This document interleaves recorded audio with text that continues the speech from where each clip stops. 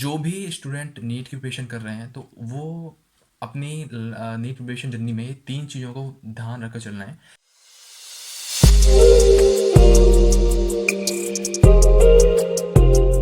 मुझे बहुत सारे कमेंट्स और इंस्टाग्राम पर मैसेज आ रहे थे कि क्या भैया अभी जो टाइम बचा हुआ है नीट का, तो उसमें नीट की प्रिपरेशन करके क्या मैं नीट क्रैक कर सकता हूँ, एक अच्छा स्कोर कर सकता हूँ। तो ये वीडियो उसी के रिगार्डिंग है। अपन उसी के रिगार्डिंग बात करेंगे कि क्या पॉसिबिलिटी है, ठीक है। और अपन हवा में बात नहीं करेंगे, ठीक है।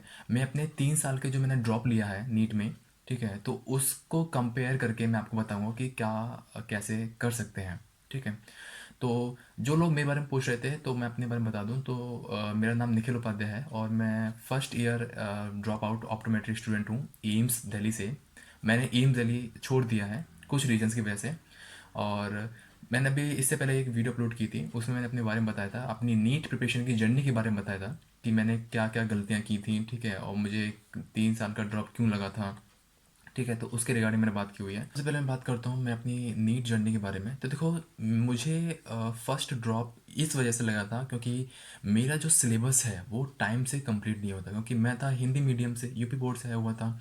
तो मुझे इंग्लिश मीडियम का मतलब इंग्लिश में एनसीईआरटी वगैरह ये समझने में मुझे बहुत टाइम लग गया।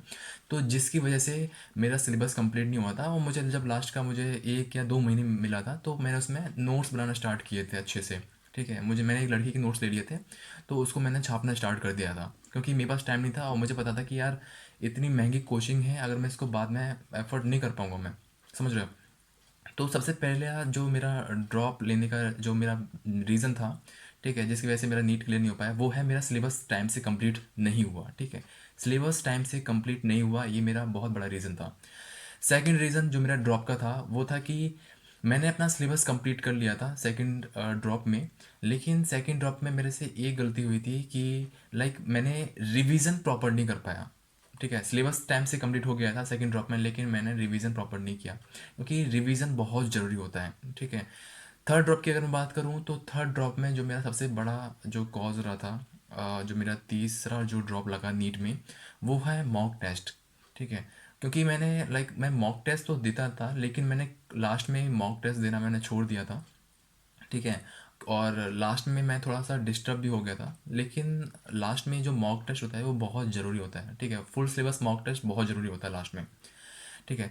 तो जो भी स्टूडेंट नीट की प्रिपरेशन कर रहे हैं तो वो अपनी नीट प्रिपरेशन जर्नी में 3 चीज़ों को ध्यान रखकर चलना है।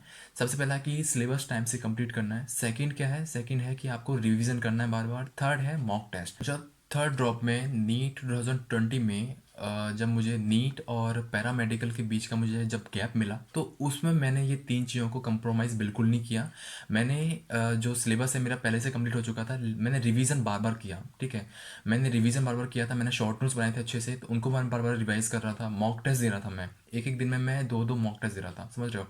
तो मैंने लाइक 2 महीने में बहुत सारे मैं मॉक टेस्ट दे चुका था और जो मेरी गलतियां हो रही थी वो उनको मैं बार बार रिवाइज कर रहा था, नोट्स भी बजा रहा था, ठीक है।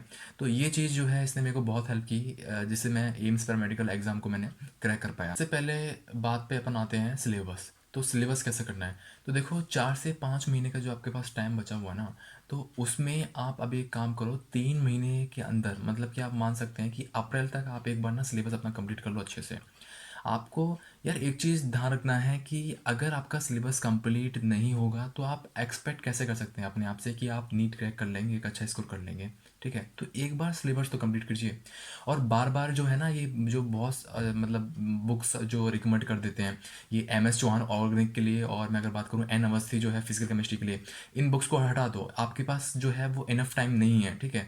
आपको 1 महीने का मतलब एक साल का टाइम मिलता है ड्रॉपर्स के लिए बेसिकली मैं अगर बात करूँ, ठीक है। लेकिन ये 4 से 5 महीने बचे हुए हैं, तो इनमें अगर आप इन मोटी मोटी बुक्स को लगाओगे तो ये आपका सिलेक्शन नहीं होने देंगे, सिंपल बता रहा हूँ मैं आपको। तो ये फिजिक्स के लिए डीसी पांडे, और ये फिजिकल केमिस्ट्री के लिए एन अवस्थी, और मैं अगर बात करूँ ऑर्गेनिक केमिस्ट्री के लिए एम एस चौहान, तो इन बुक्स को ना ये साइड कर दो। बेसिकली अभी जो मेन फोकस करना है आपको वो है पी बाई क्यूज़ में जो क्वेश्चंस दिए होते हैं, ज़्यादा मतलब प्रीवियस वाले मत करना। एक काम करना 6 to 7 ईयर्स के कर लेना, that it's more than sufficient, okay. उसके बाद मैं अगर बात करूँ पी बाई क्यूज़ के अलावा अगर मैं बात करूँ तो जैसे मॉक टेस्ट होता है ना एलन के, अगर आप दे रहे हो या फिर कोई भी टेस्ट सीरीज अगर आप दे रहे हो, ठीक है, तो उसके क्वेश्चंस जो है वो आप बार बार कर रहे होंगे, ठीक है, तो वो भी इनफ है। लेकिन पी बाई क्यूज़ यार बिल्कुल मत छोड़ना, ठीक है। तो इसके लिए ध्यान रखना कि सिलेबस एक बार अपना कंप्लीट कर लेना अप्रैल तक। तो अब मैं आता हूँ सेकंड चीज़। अब ये 3 पार्ट में मैं डिवाइड नहीं कर रहा हूँ। देखो, सबसे पहले क्या था कि सिलेबस कंप्लीट करना है, second is revision and third is mock test. तो देखो, आपने सिलेबस कंप्लीट कर लिया अप्रैल तक, ठीक है, अप्रैल तक आपने सिलेबस कंप्लीट कर लिया, ये इनफ टाइम है, ठीक है। और ये मोटी मोटी जो बुक्स है ना, इनको छूना भी मत बिल्कुल भी गलती से। उसके बाद क्या है कि ये मॉक टेस्ट और रिवीजन, ये दोनों को साथ लेके चलना है, इनको अलग मत करना। पहले कि आप रिवीजन कर रहे हो उसके बाद मॉक टेस्ट दे रहे हो, ठीक है, तो बहुत गलत चक्कर में पड़ जाओगे आप। सिंपल चीज़ है कि रिवीजन और मॉक टेस्ट को आपको साथ लेके चलना है, ठीक है। तो जब आप रिवीजन और मॉक टेस्ट को आप साथ लेके चलोगे, जैसे कि आप रिवाइज भी कर रहे हो, मॉक टेस्ट दे रहे हो, तो मॉक टेस्ट में जो आपको गलतियां हो रही हैं वो आप नोट्स में आके देखो, ठीक है, वो आपको बहुत बहुत ज़्यादा बेनिफिट देंगे। एक बात और मैं आप सभी को बोलना चाहता हूँ कि जिन किसी भी स्टूडेंट्स का अगर फ्रेंड सर्कल बहुत ज़्यादा है, तो प्लीज़ अपने फ्रेंड सर्कल को थोड़ा कम कर लो। या फिर मतलब किसी का कोई दोस्त है, या ठीक है, कोई फ्रेंड है वो ज़्यादा बात करता है, तो उसको ना लाइक कुछ टाइम के लिए उससे बातें कम कर दो। एंड बेसिकली मैं क्या करता था, मैं ना लाइक मेरे कुछ ज़्यादा फ्रेंड सर्कल नहीं था, मेरे एक दो फ्रेंड से मेरी बात होती थी, मेरे जो दोस्त थे। तो मैंने क्या किया था कि मैंने उन दोस्त से 3 दोस्तों का नाम जो है वो अपनी मैंने बुक्स पर लिख लिया था, ठीक है। तो ये ही मेरे जो है वो फ्रेंड सर्कल बन गए थे 4 से 5 महीने के लिए लास्ट में, ठीक है। तो बेसिकली मैंने अपने एक फ्रेंड था मेरा देवा, जो मेरे लाइक स्कूल का दोस्त है, ठीक है। तो उसका नाम जो है वो मैंने अपनी 12th क्लास की जो फिजिक्स है उस पर लिखा हुआ था। एंड मैंने एक अपने नोट्स है तो उस पर मैंने अपने एक दोस्त है मेरा साहिल खान, तो उसका नाम जो है मैंने अपने एक नोट्स पर लिख लिया था। तो लाइक मेरे जो ये फ्रेंड सर्कल जो है वो मैंने अपनी बुक्स ही बना ली थी उस टाइम के लिए। मतलब जब लाइक नीट का जब एग्ज़ाम हुआ था ना, तो 2020 वाला, तो नीट के एग्ज़ाम और एम्स पैरामेडिकल का जो एग्ज़ाम हुआ था, उन दोनों के बीच का जो मुझे गैप मिला था, तो उसके लिए तो मैंने अपने आप को स्ट्रिक्ट कर लिया था कि लाइक मुझे किसी से और से बात तो करनी नहीं है, ठीक है।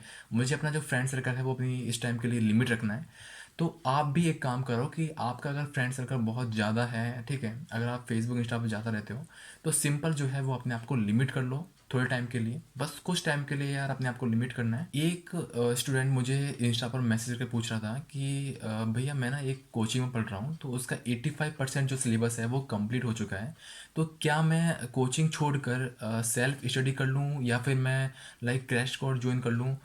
तो आप ये गलती बिल्कुल मत करना, क्योंकि ये गलती ना मैंने भी किया हुआ था कि मैं ना लास्ट में आकर जो कोचिंग में करा रहे थे सिलेबस, तो उस पर मैंने फोकस नहीं किया। मैं सोचा था मैं अपना खुद कर लूँगा जल्दी, ठीक है, तो वो जल्दी आपसे होगा नहीं, समझ रहे हो।